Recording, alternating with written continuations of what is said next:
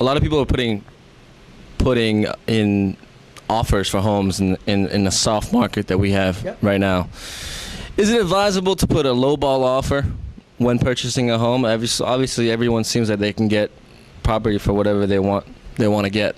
But what's the truth about that? How do maybe listing agents feel? How do maybe other buyers agents feel? How do you feel about that? Well, I'll tell you, as a listing agent, I cringe when I get a low ball offer.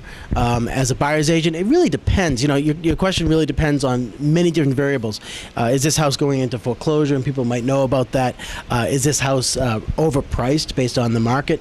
So, for instance, if they have the house on at $400,000, and as a buyer's agent, I find that this house really should be priced at $350,000, I might recommend to my buyer to come in at $340,000 or $342,000 and explain why we came in at that low price. So are they advisable? Sometimes they are. Sometimes they're not. An example would be if it's priced really well, it's not advisable whatsoever. It's ridiculous because it's an insult, and you're not even going to be in the running, and the seller is not going to respond. So if you really want that house, you really need to come in at the right price, the appropriate price, whether it is a lowball offer.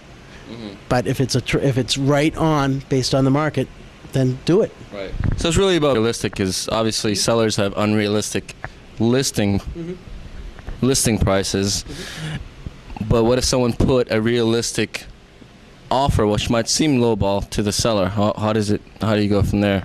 Well, as long as the agent, if I'm the seller's agent, as long as the buyer's agent can qualify that and say, the reason why I'm coming in at this lowball offer is that the house across the street sold at X amount of dollars, the house one street over sold for X amount of dollars, and that house was nicer than this house, then I don't have a problem with that. I'll be happy to deliver that message to my seller with a smile on my face.